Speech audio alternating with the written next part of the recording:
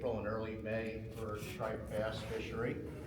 You know, running a 44-foot sport fishing boat, a lot of times people look at me and they say, well, you must love to go offshore, you must love to go tuna fishing and things like that, and I do.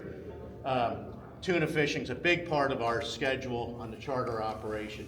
But as a person, as an angler, as a captain, one of my favorite fishes to go for is sea bass. So it's really fun to talk about this, and glad to see the turnout for it.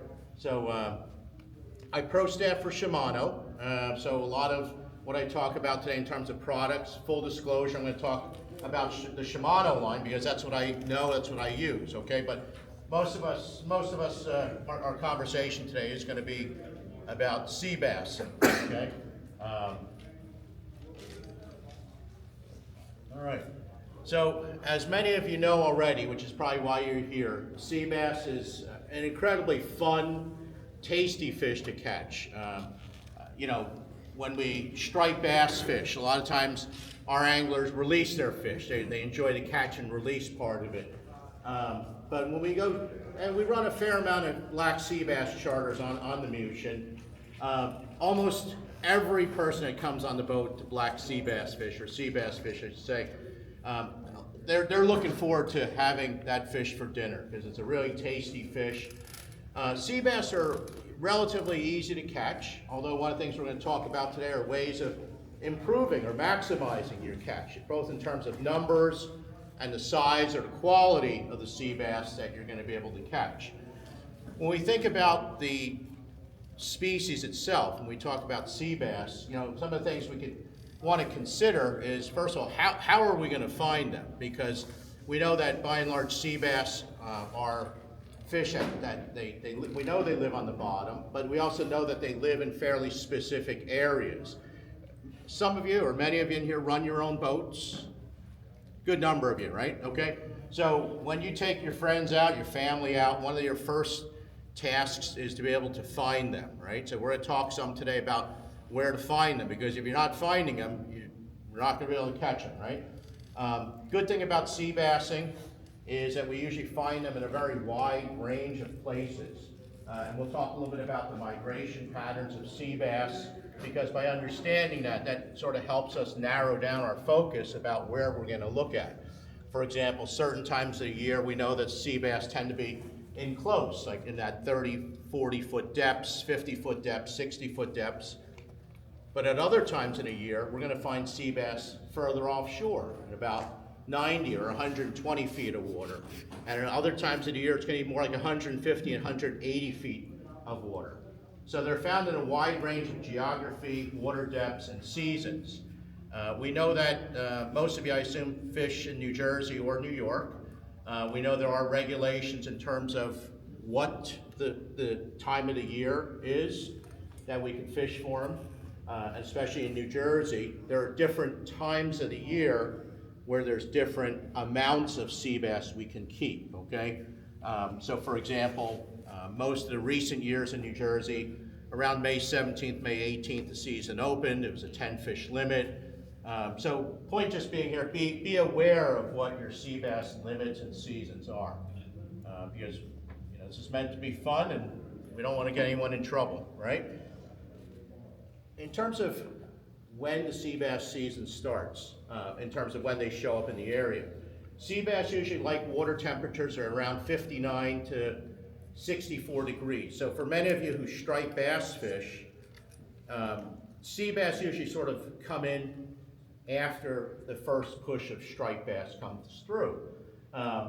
Most sea bass that we catch in our area, about 1.5 pounds, 2.5 pound fish, but they do grow up to be about 6 or 7 pounds. And we'll talk about, especially some of the late season sea bassing that's available in October, November, and December, where we oftentimes fish offshore wrecks for some of these true 6 or 7 pound sea bass, okay? And again, just a reminder, paying attention to minimum size limits, bag limits, and the designated season. So far, New Jersey, for this 2024 season, the state has not yet told us when we can start fishing for them, but most of the years it's somewhere around May 17th, May 18th. But you know, keep an eye, you know, on social media, check the Yep. The 17th this year. It's the 17th that's been announced? They've already enacted the season, they just haven't been signed off. Okay, that's quite possible, okay, okay. Yeah, okay, it usually is about that time, so thank you. So in terms of where we find the sea bass, again, sometimes we're gonna find them in the shallows, 15, 20 feet of water. You know, inshore pieces like the Shrewsbury Rocks, the Red Church area up by Asbury Park, a lot of times they're in 30, 35 feet of water. But day in and day out during the early summer season, most of the times we're looking for sea bass in depths of about 55 to about 75 feet of water, okay?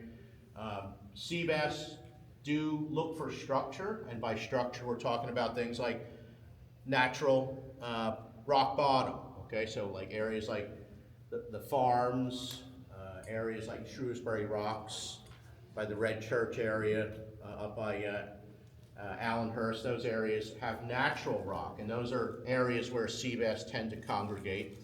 But they also congregate in areas where there's shipwrecks, either shipwrecks that happened, if you would, by accident, accidental sinkings, or purposeful sinkings, such as shipwrecks that are on artificial reefs, okay?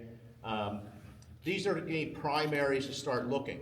Generally speaking, sea bass are not going to be just on open bottom unless they're chasing bait. But we're going to focus our search on and around this kind of structure, especially for you guys and gals who operate your own boats. It's great. It's critically important to have a good fish finder or sonar to find when you get to your designated spot. You're going to want to come over and find the actual wreck that you're looking for and do a search pattern around that wreck.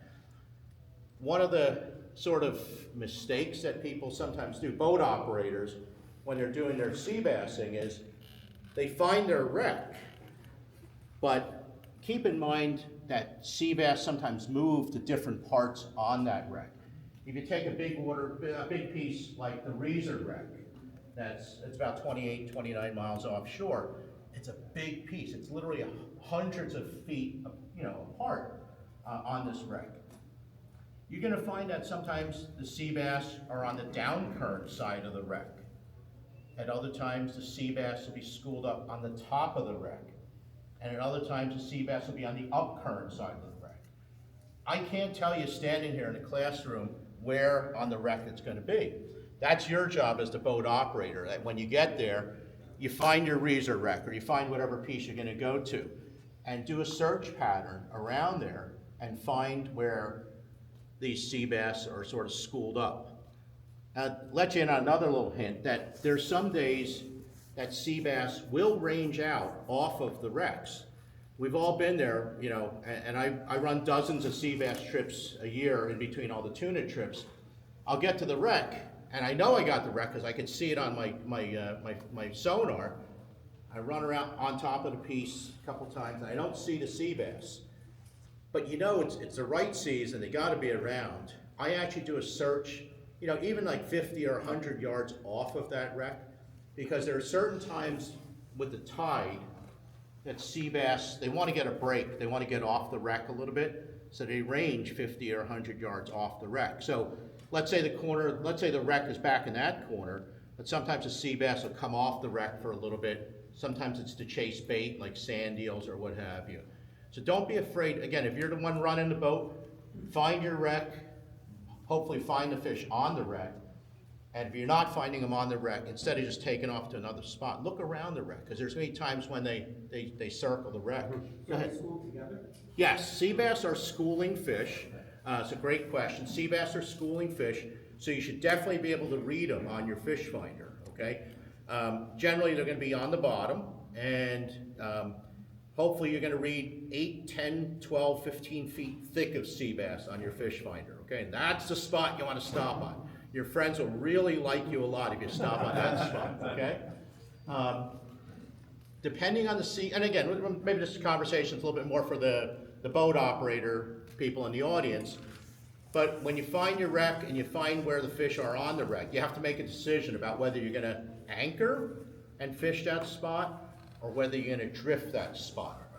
I can't tell you, standing here in the classroom, what's gonna work out better for you, other than to say, if you have a fast drift, you might wanna anchor, okay? And that's where your anchoring skills come into play. Mark your spot where you wanna set up on, run a straight course right into the current, so you have enough scope to drop your anchor, get up current, drop your anchor, and then just right back up, lock up on your anchor, and hopefully you'll be sitting right on top of that school that you just marked. Some of you have electric motors or that spot lock stuff, some of you. Oh man, I want to be your friend. I run a 44-foot boat. I actually take a lot of pride in anchoring. I love to anchor. I mean, I grew up, figuring out how to anchor, and I take a lot of pride in it. But I tell you, I come up next to some of those center consoles and other boats that have those electric motors with that spot lock feature, and I see them come up and they drop their electric motor in. They, I guess, hit a button or two and they don't move, which is a beautiful feature. So if you have something like that, I mean, you've got a big leg up in terms of sitting on top of where those sea bass are congregated. But drifting also works. So if you have a light current, sometimes it's tough to anchor in a light current because there's not enough current to keep you tight on the string. And a nice light, 0.2, 0.5 knot drift is really good. But again, the idea is you mark where your fish are, you figure out which way the current's going, and you go up current a little bit. This way all your anglers drop down and they start fishing as you drift back through that part of the wreck where the sea bass are, and and everyone's catching, right? Make sense? Mm-hmm. All right, sounds good. So in terms of the timing, because this is critically important, obviously, again, we have to respect what the state seasons are in terms of when we can fish. But most of the times, the inshore sea bass fishing starts in, call it, about the middle of May or so, okay, early mid-May. We want to see those temperatures get up to that 59-ish degree range. And in that time of the year, we usually find most of our sea bass anywhere from about 15 to about 70, 80 feet of depth, okay? We're not going to find them way offshore, and we're also not going to find them up against the beach. It's going to be somewhere in that, and depending on where you're fishing, if you're down at Townsend's Inlet, or whether it's Sandy Hook or Rockaway Inlet, you're going to know your local geography better in terms of where you're going to find those 40, 50, 60-foot depths where you have rocks, shipwrecks, structure, okay? Later in the season, and that's how it is for most of the summer. Most of the summer, it's going to be in that range. Later in the season, and I usually think about around middle of October for our area, water temperatures start to drop, sea bass are migrating. In our area, sea bass usually migrate. There's two general migratory patterns. One is east and then south, and the other one is south and then east. And they migrate out towards the canyons or the edge of the canyons. That's the current belief. So usually when it comes time to almost Halloween, okay, around Halloween, I know I start moving a little bit further east to find a deeper water for the sea bass. So I'm usually fishing about 80 to about 120 feet of water that last week of October, beginning in November, okay? Deeper water because that's where the temperatures are right and that's where the fish are migrating to. And then finally, later in the season, like mid-November, Thanksgiving, December, the fish are usually way off. And they're sitting on offshore wrecks that are usually about 150, 180, 200 feet of water, okay?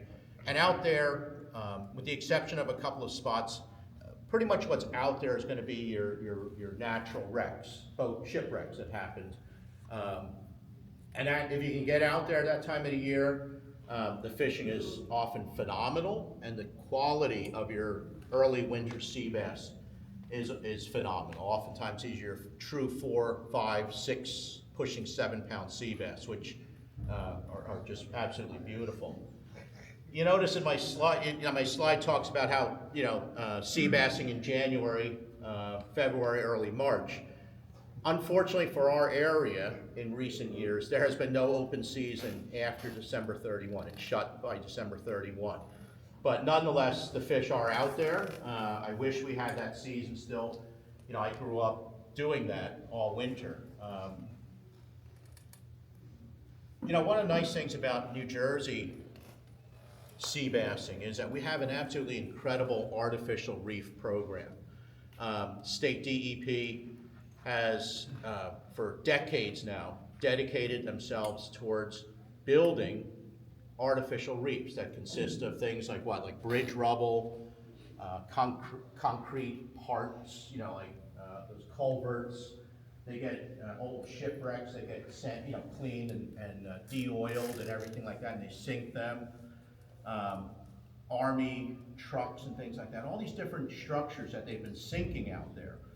And, you know, oftentimes, especially as a charter operator, people ask me, you know, what are some of your favorite spots to sea bass? And I honestly, I don't have a problem sharing them with people.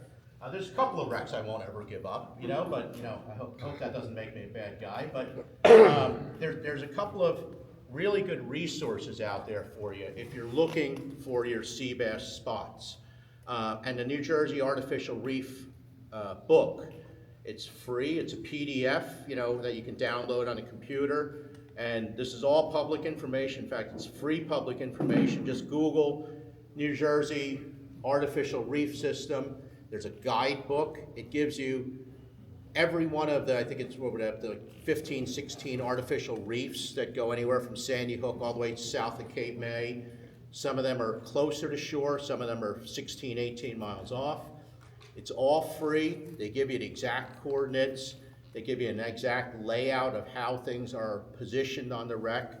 So you're never gonna run out of spots to fish. You know, a lot of times you go out to you know, you're sitting on a wreck already, and another boat comes up to you. You know, oftentimes there's some unpleasant words exchanged between boat captains. But, you know, the reality is there's a lot of territory out there, okay? And that artificial reef book is a great resource to have. A couple of pictures from some deep water sea bass trips, and you can judge from this winter coat that one of our regulars, George, has on. That was I think it was a December trip, and nice big fat sea bass. And I think this was, it might have been his trip or it might have been another trip. But you can tell from the quality of those sea bass, you know, that these deep water offshore wrecks hold a lot of beautiful sea bass. There's also a lot of cleaning too. This is that artificial reef guidebook. And again, it's absolutely free. You can download it as many times as you want. I know on our boat, you know, we downloaded it, and for all the pages, we put them in those plastic paper sleeves and things like that, made a nice little binder. You know, you could have it, you could have your own, keep it on your boat, have all the fishing spots you need, okay? So let's talk a little bit about gear. You know, one of the nice things about sea bassing, I find, is that it's a very affordable sport, or it can be as affordable as you want it to be. And, you know, I tuna fish 70, 80, 90 times a year, and we spend thousands and thousands of dollars of equipment. But sea bassing does not have to be like that. Sea bassing can be a very simple kind of event. When we talk about sea bass gear, rods and reels, I like to think about three different outfits that I might want to have on any given day. One is going to be a conventional type of reel and conventional rod for inshore, meaning it's a lighter rig, usually for lighter fish, smaller fish, but also to handle lighter sinkers. The other outfit that I like to have is a heavier conventional rig, okay?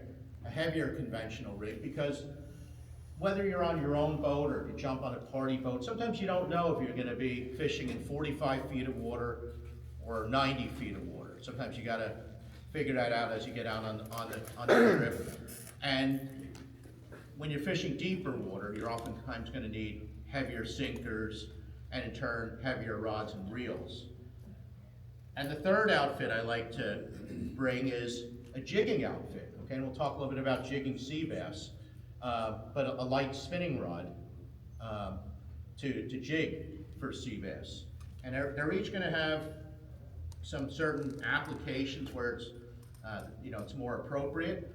So for the first rig, we talk about a conventional revolving spool type reel, and usually a 6 to 8 foot long conventional rod. This happens to be a 7-foot rod, which for me happens to be the favorite length. There's people that like rods that are a little longer, rods that are a little shorter, but somewhere around that 6 to 8 foot. Think of and a lot of times you can read on the, towards the base of the rod, the rating in terms of the line that it's rated for and the weight, the lure weight or the sinker weight.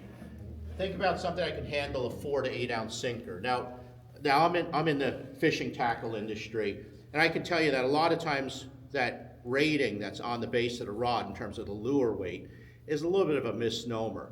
So even something like this rod, while it tells us the lure weight is 3/8 to a 1/2 ounce, this is a rod that can handle a 4 to 8 ounce sinker, okay? And that's what I want my first rod to be able to handle, okay? And this is the kind of rod I want to use in about 45 to 65 feet of water. I do not need a terribly big reel because I don't need that much line capacity. I'm only fishing up and down, 45, 60 feet. I don't need huge amounts of line capacity. And I want to keep it light and sporting, okay? So a lighter rod. This happens to be the Osha Jigger 1500, which is an absolutely beautiful reel. You got one, right? That's right. You got it the first year they came out, right, Jeff? I did recommend it. It's the first year they came out. You like yours? Oh yeah, yeah. So this is a beautiful. It's a Shimano product. Again, I told you I ProStaff for Shimano, but it's a really nice light reel. It's a lighter rod. This is the kind of thing you can really feel a lot of. It's great for fishing. Baits like clam. We'll get into some of the baits in a little bit. Okay, but and I would spool something like this up.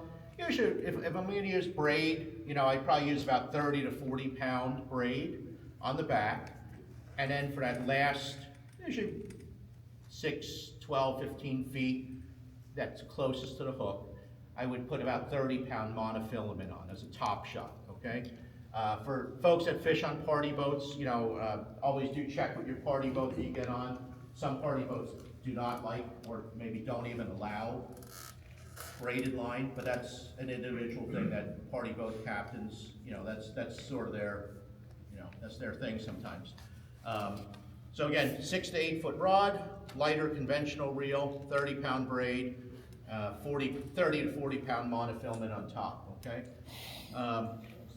In terms of some of the hooks that we use, because we're fishing inshore, most of our sea bass are going to be 1 to 2, 3 pounds, and we're going to use smaller hooks as opposed to bigger hooks. And most of the bait rigs that we fish are going to be a high-low rig, a 2-hook rig that has a sinker at the bottom and a swivel at the top. And we're going to use different kinds of cut bait like clam, squid, things like that. And but we're going to use smaller hooks. So this particular rig, since I'm never going to be able to untangle this during this whole, there we go. There's a magic knot. And once I got the magic knot, it came free. But I'll sort of dangle this in front of the screen a little bit. But in my left hand is the swivel towards the bottom. My right hand is a sinker loop. And in the middle are 2 hooks. These happen to be commercially made rigs that are available for sale out here. I'm not selling them, but I'm just saying they're out here on the floor. And these look like a couple of probably 2-0 hooks. Because again, on inshore pieces, we're going to tend to find smaller sea bass, and we don't want to miss the opportunity to hook them by using too big of a hook. You see that the 2 hooks are spaced about a foot apart, because when we drop this to the bottom, the sea bass are usually within that first, from the bottom up to about 3 or 4 feet. So this is right in that range. So remember, the title of this talk was something about maximizing your sea bass catch. All right, so you're probably thinking, well, Alan, tell me something I don't know already, will you? So So a lot of times we drop down, our sinker hits the bottom, our rig's on the bottom, and we get some taps, and they're smaller fish, okay? One of the things I try to tell people is, next time you drop to the bottom, reel it up 4 feet. Especially if you have the benefit of looking at your color scope, your fish finder, and you're reading them 8 or 10 or 12 feet deep. Well, if you're getting all the small fish down here on that first 2 feet, guess what's up here, 6 or 8 feet off the bottom? The fat guys, okay? So it pays to experiment a little bit. The sea bass do not always have to be on the bottom. Sometimes they're about 6 or 8 feet off, okay? So don't be afraid, you know, again, if you're getting inundated with little, you know, dinks, as we call them, right on the bottom, bring them up a little bit, okay? Because you're gonna fish a different area, okay? Especially when you got sea bass that are 12, 15 feet thick off the bottom, okay? So a high-low rig is the way to go. In terms of sinker, you know, I like to minimally use 6s and 8-ounce sinkers, even on inshore pieces where it's not that deep. And I do that for a couple of reasons, because I can be very competitive when it comes to fishing, and I like to get down there faster than the person next to me, okay? If little things like nudging them and like pushing their rod out of the way doesn't, you know, disable them for long enough, I use the heavier sinker gets to the bottom faster technique, okay? So I'm not afraid to use 8 or 10 ounces sinker. You're not gonna scare them by using a bigger sinker, but a bigger sinker gets you down to the bottom faster, and it's also gonna give you a better feel, because with a heavier sinker, you have a better feel between you and the bottom, okay? So that any sea bass that come along and tap on your bait, you're gonna know about it a little bit quicker than the next guy or gal, okay? So again, 6 or 8-ounce sinker, don't be afraid to use even 10s and 12s, okay? Are you a proponent of bling on your hook?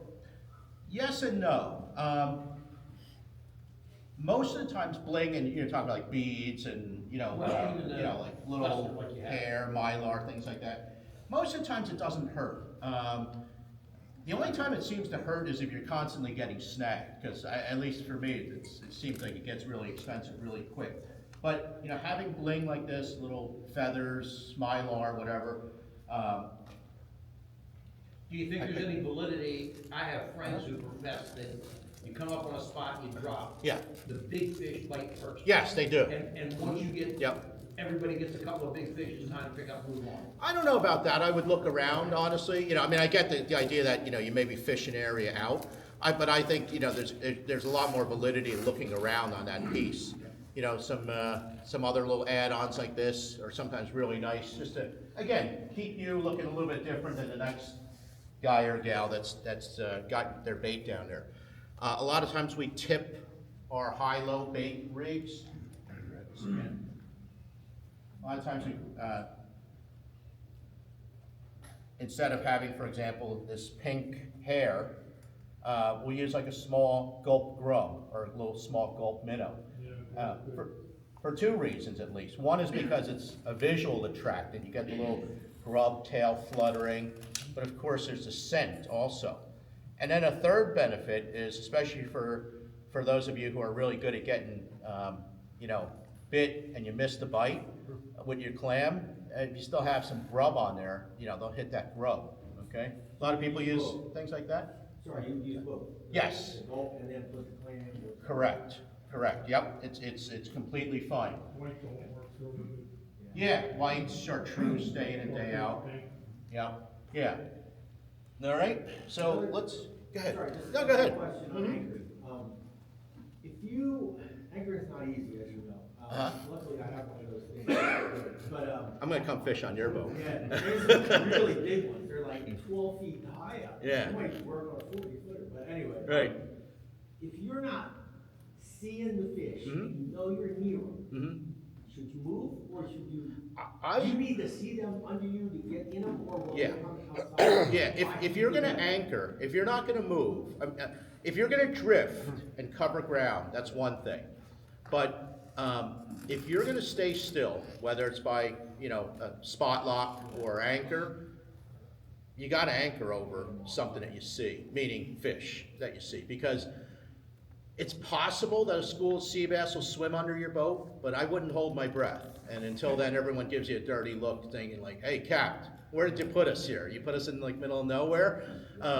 So I anchor on a spot that has, I'm reading fish, yep. Any other questions so far? All right. 50, I have a question. Go ahead, 50 sure. pound leader, that's pretty thick. They're not line shy or anything like Good that? question. You know, again, I'm in the tackle industry. Tackle industry loves to sell you fluorocarbon because fluorocarbon is less visible. It is. Most of the time, I am not terribly worried about sea bass seeing line, leader. So this 40 or 50 pound leader, most of the times I don't find it to be a problem. If you're reading them, if you're reading fish on the bottom and you're not catching them for a while, you might want to think about switching because maybe for some reason they have really good, maybe the sea bass just came back from the eye doctors and they all got new contact lenses and glasses and they could see real well that day. Most of the time sea bass are not that line shy. Yeah. Go ahead. Yeah, I've fished both fluoro and mono, and I found out it really doesn't, any difference between the two. Yeah, I yeah. find my own rigs, I usually just use 40-pound mono. Yep. You know, works great. Yeah, and the nice thing about, and I get your point about like the line weight, like, you know, if you use too heavy of a line, is it gonna be visible? But the plus side about using a thicker, heavier mono is especially when you tie your leaders, your dropper loops, they stick out a little bit more, a little bit stiffer, which helps present the bait a little bit nicer. Sometimes in the lighter line too, especially if you get in a bunch of dogfish, you go to haul one of them over the side and they'll actually snap. Yeah, down. and you spend your whole day I retying. had a mate actually get an 8-ounce sinker ricochet off his head There you go. when he's pulling a shark over the side for me and it snapped off the hook. Yeah, it sounds like fun, yeah. Yeah. So let's talk about another possible rig that you probably want to have out there that day, and is a heavier conventional rod. Yeah, go ahead. My question, Yes, sir. you want like 50-pound mono, but the fish are like 3 to 6 pounds. Yeah, I Is it know. for abrasion resistance, that's what? Yes, Okay. yes, abrasion resistance and just sort of stiffness, so it's easier to handle. Yeah, although if you got a 55-pound sea bass, you really want to have it. That's right. I'm joking with you, of course, but yeah. Balancing record. Exactly. So Fishing near the especially if we're gonna be nuclear fishing plant. further off the beach in deeper water, or I said to you later in the season at October, November, December tends to be bigger sea bass on the deeper wrecks. I would suggest going to a heavier outfit. Okay. Also 6 to 8 foot rod. Okay, a little bit stiffer. This might be like a heavier, an extra heavy action. Something that could handle, you know, maybe a 10 or 16 ounce sinker. And most importantly, a rod that's stiff enough that you could fight up a double header of, you know, 3 to 6 pound sea bass. Okay, so something a little bit heavier. You're going to be fishing heavier line, usually 50 to 60 pound. And we're going to have a top shot again, you know, similar to what your braid is. Okay. And we're going to use slightly bigger hooks, okay, 3.0 to 6.0 hooks. But the rig itself, that high-low rig, it's the same exact rig. We're just using bigger hooks because we're expecting bigger fish, and we're using bigger sinkers, okay? This particular rod is it's a 7 foot, and this is an H, a heavy. One of the reels I like using in the Shimano line is a Torium 16, okay? It's a, you know, it's a sort of mid-priced reel, that, you know, low 200 range. You could do a lot of things with the reel, and one of my favorite things to do with a Torium is the sea bass, okay? So this is a slightly heavier outfit. Okay. A lot of people like the foam handles, the foam grips. I love cork grips, okay? It gives you a lot more in terms of sensitivity, but, you know, I think, you know, when you're into sea bass and they're hitting good, you know, you'll feel them, okay? That's a nice, I think that's about a 7+ pound sea bass that we have gotten on an offshore wreck. The other rod outfit that we like to bring is a light spinning rod, okay? And especially in recent years, jigging for sea bass has become very popular. whether you bait fish or you jig fish with lures, it's the same area. You know, you're fishing over these rock piles, reefs, things of that sort. Favorite spinning rod's usually about a 7-foot spinning rod. And this is one instance where I do say you probably want at least a 7-foot spinning rod. Not a 5'10", not a 6. I would go with a 7, because when you're jigging, one of the things you're gonna wanna do is you wanna have the length so that when you lift the tip up, you notice the arc, okay, as I lift up, it's gonna cover, what, 10 or 12 feet. So I'd like to have a 7-foot rod, usually about a medium heavy rod, okay? Most of the jigs that we're gonna be fishing are about an ounce to 3-ounce jigs. They're not giant jigs, so you don't need a really heavy rod, okay? One of my favorite reels for the spinning and jigging is a SHIMANO Stratic 4000, okay? It happens to be, on our boat, our sort of go-to inshore reel, stripers, fluke, sea bass, blackfish jigging. So it fits in well with our lineup. You know, we use this for our sea bass jigging. It's a light rod, but it's got enough power. It's gonna, you know, you really get some sport fighting a 2-3 pound sea bass. Most of the times we're gonna spool up with usually about 20-pound braid. Okay, we're a fish mostly braid, but that last, you know, 6, 8, 12 feet, we'll put mono on there as a top shot. Okay, when we are jigging for sea bass, some of our favorite jigs. Now keep in mind, even though we're fishing on wrecks and reefs, one of the sea bass's favorite forage is sand eels. It's the same sand eels that bluefish and stripers and tuna eat. Many of you remember like times when you're fishing sea bass and you bring them up, you land them, you put them on the deck, and they puke out a bunch of sand eels. So one of our favorite lures for them is a good old Ava 27, Ava 17 diamond jig, okay? And sometimes people use them with the plain hook, meaning there's no tail on them. If you'd rather fish one with a tail, that's fine too. But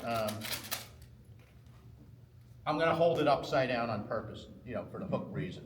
Or I'll take my chances here. You know, an Ava, this happens to be a 47 I grabbed, but you know, 27 and Ava 17, okay? And usually we're gonna fish them on the bottom of,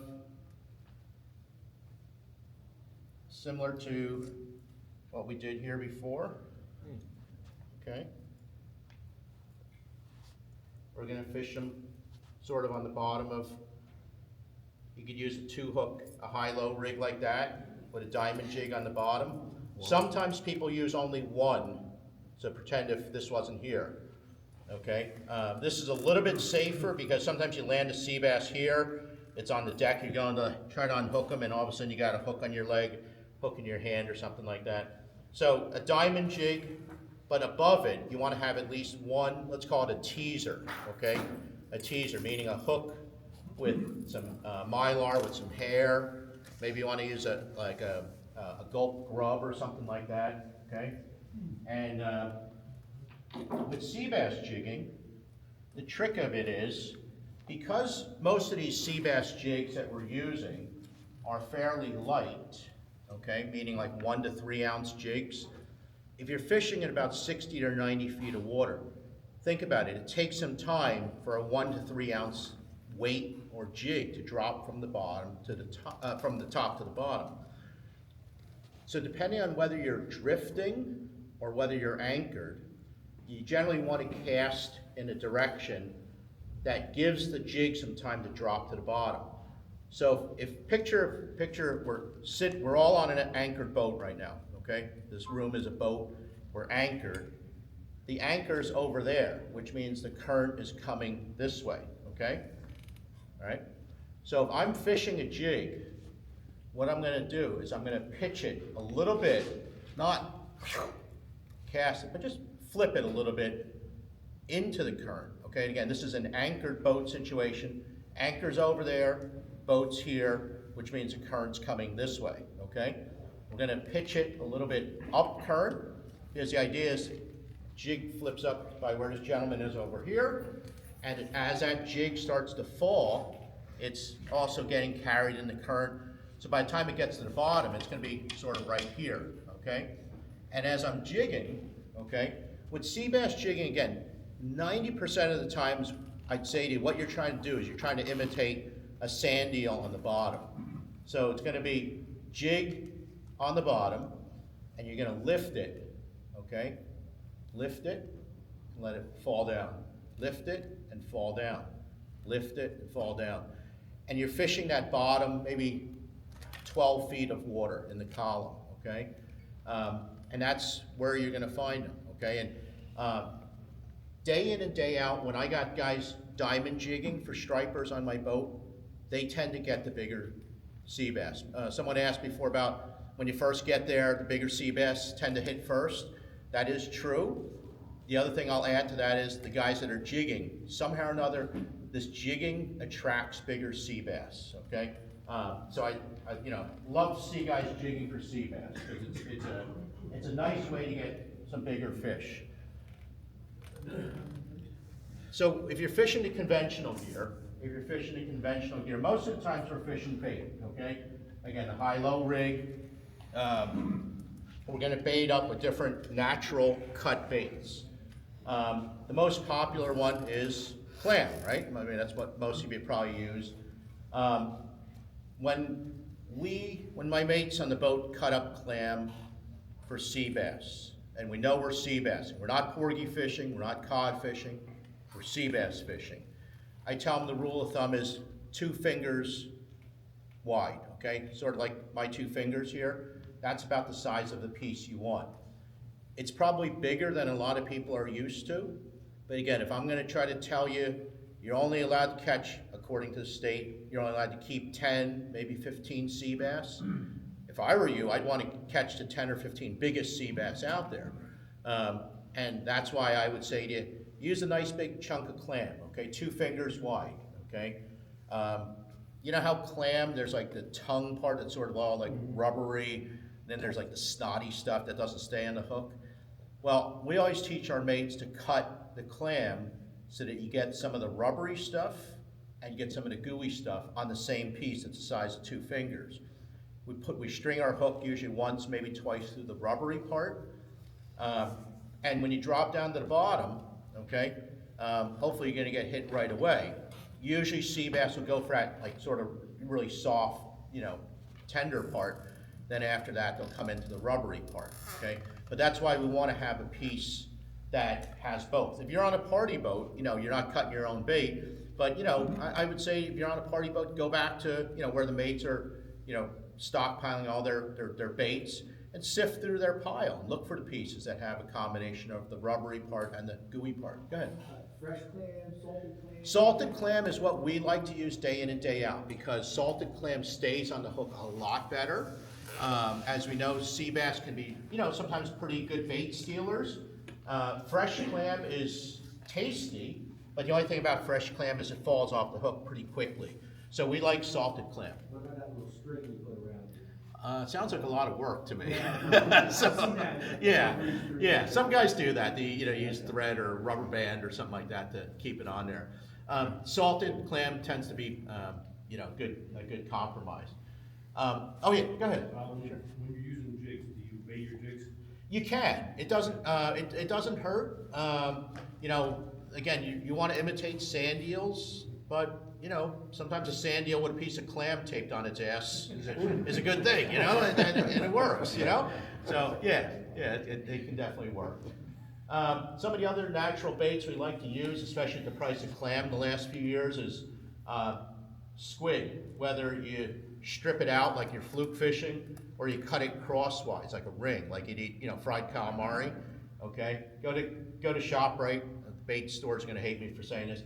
Go to ShopRite, Stop and Shop, wherever you go grocery shopping, and go in the frozen seafood section and get squid.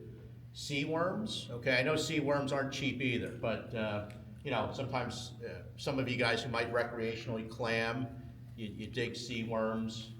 Shrimp, I know that's not cheap either, but shrimp is a little secret bait that sometimes, how like you get on a wreck you know, maybe you get 20, 25 nice sea bass, and all of a sudden it seems to taper off a little bit. You know, you pick through all the really nice fish. A lot of times we'll start with the shrimp around that time, okay? Frozen shrimp. And it's something different, and that brings out the bigger sea bass that are sometimes just hanging back a little bit, you know, looking at what you're dropping down. Cut fish fillets, whether it's herring, mackerel, burgalls. We all catch burgalls when we're out there sea bass fishing, right? Those pesky bait stealers. Well, sometimes, you know, a good trade is we take the fresh burgalls we're catching, we strip them out, and we hook them. When we hook burgalls, like burgal fillets, we always hook from the meat side into the skin side, because if you haven't noticed, when you hook from the skin side into the meat side, your hook usually goes, and it goes into your finger, and then it ruins your fishing trip. Think about other baits, natural baits like small bait fish, your killies, dead spearing, peanut bunker. Some of you have peanut bunker in your marinas, or especially around August, September, you throw a cast net, you got more peanut bunker than you know what to do with. They are absolutely incredible sea bass baits, okay? And you talk about things that sometimes bring out the biggest sea bass. It's those natural live fish, or even like fresh dead fish, like spearing and peanut bunker, okay?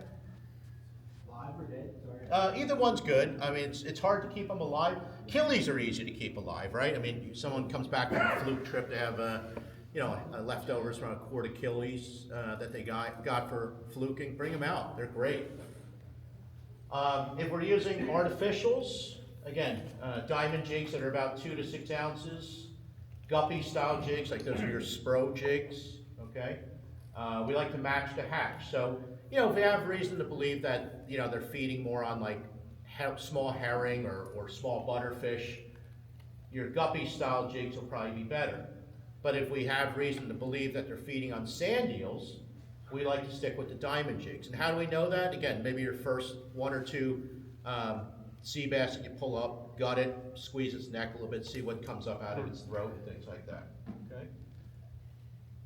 Again, sand eel style jigs, if, you know, those of you might want to get things like the Nomad streakers, jigs like that are, you know, a lot of you who tuna fish know about the sand eel style jigs. We always like to add a teaser about 18 or 20 inches above, 30 inches above the jig. And for the teaser, you know, we like to use things like, you know, little hair bugs, bucktails, curly plastics. You know, those are your gulp minnows and things like that. Okay? Once in a while, you guys might be sea bassing on a piece of bottom, especially natural bottom. Rocks, and there's a lot of these little crab-like things, like little calico crab things. If you're fine, and you'll usually know that because when you start landing sea bass, they puke these things out. They're like little, you know, quarter-sized crabs. And again, I don't sell gulp, but I'm interested in seeing you guys catch fish, so I'm going to talk about, you know, the little gulp crabs that you can get. Okay. Might want to keep a couple packs of those on your boat if you know you're going out sea bassing. Especially if you start seeing the sea bass hit your deck and they're puking out these crabs. First of all, I might pick up some of those crabs that are getting puked out. Don't be afraid to do that and put them back on your hook. But if you're not, you know, if the crabs that are, the natural crabs that are getting puked out, if they're too mealy or, you know, beat up, I'll put the gulp ones on, send them back down, okay? Because again, that's what they're feeding on. That's what they're feeding on. Okay. Any questions on the artificials? Go ahead. Just another question. Yeah. You mentioned the conventional, when you bring it down, you get the little hits and then pull it up, 6 to 12. Do you jig that up and down or just Okay. leave it? Or Yeah, what is the- good question. So sea bass are generally pretty, I like to think of them as they're pretty aggressive most of the times, okay? They're not afraid of a moving bait, okay? In fact, moving the bait, whether it's an artificial or a natural bait, oftentimes entices them, okay? So a lot of times when we drop to the bottom, okay, free spool, drop to the bottom, clicker on, and you come tight, okay, so that your line is taut. And this is more bait fishing right now. Let's go with bait fishing right now. I'm using a high-low rig with clam. I'm going to try to keep my rod horizontal like this, okay? Let's say it's a rougher day, the boat's sort of pitching a little bit, You know, I try to adjust so that my line and my rod is reasonably still. But once in a while, I do want to lift it, okay? Because that lift gives a little bit of visual, okay? And that visual is something that's going to help you more often than not. I'm going to say that you're probably not going to scare the sea bass off by lifting it, okay? Because most of the time sea bass are aggressive enough that not only, if you move that bait, they're not only are they not going to get scared off, I think it's almost like a challenge, like, come and get me, you know, like, you know, so a lot of times, you know, we tell our guys and gals fishing the boat, don't be afraid to, you know, every 10 seconds or so, just lift your bait a little bit, okay? If you're jigging, you definitely want to be sweeping it up and down, okay? Would you be at a disadvantage of using a conventional reel to jig? I'm going to generally say yes, because even though conventional reels now are, especially like this OSHA jigger, they're so smooth that they drop very quickly, but nothing's going to drop as fast as an open-faced spinning reel. So I would, if you think you're going to jig or use like a, you know, like a lighter 1 to 3 ounce kind of jig, I would absolutely tell you to go with a spinning rod, because it's going to get you to the bottom a lot quicker, which is a, you know, a big plus. Okay. All right. So we talked about some of the rigs before. I showed you some of those. We talked about some of this. Let's get to the good part, getting these guys ready to eat, okay? A lot of folks forget to bleed sea bass, okay? Sea bass are absolutely beautiful fish to eat, even if you don't bleed them. But if you take the time when you land them, you take a pair of shears, this sort of throat latches underneath the gill, it looks like a V shape.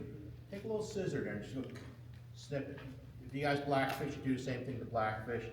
The flesh turns out so much nicer and whiter. The other thing is, don't forget to bring ice, okay? Please, don't forget to bring ice, okay? In fact, on our boat, we use a combination of ice and seawater to make a nice cold brine, okay? Keeps them nice and cold, okay? Whether you want to fillet them, gut them and scale them, dehead them, however you want to do it, they're absolutely delicious fish to eat. You can do so much with it. We know sea bass can be pretty plentiful, okay? So hopefully most days you're catching your limit, and you might even have a few more.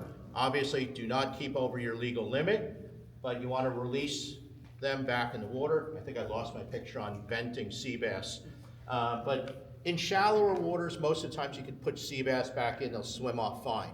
If you're bringing them up from 80 or 90 feet of water, a lot of times their air bladder fills up, and you need to put a little air needle in the side, right by the pectoral fin. It helps deflate the air bladder, and it helps them get back down to the bottom a lot quicker, okay? So with that in mind, I don't want to run into our next speaker's time, but maybe we have time for like a minute or two questions? This is one, right?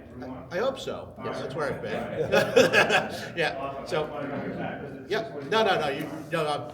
Which jigging method yields more fish? Flicking it out or up and down? Well, usually you'd flick it out to get it up Out, current, yeah. to have it swing down to right in front of you, and then the flicking up and down. Okay, Not sweeping got it. up and down. Yeah. Got it. Other question, anybody? Jonathan Circle. It is all yours. Okay, great. All right, well, thanks so much for being here. Have a great season, okay? Thanks.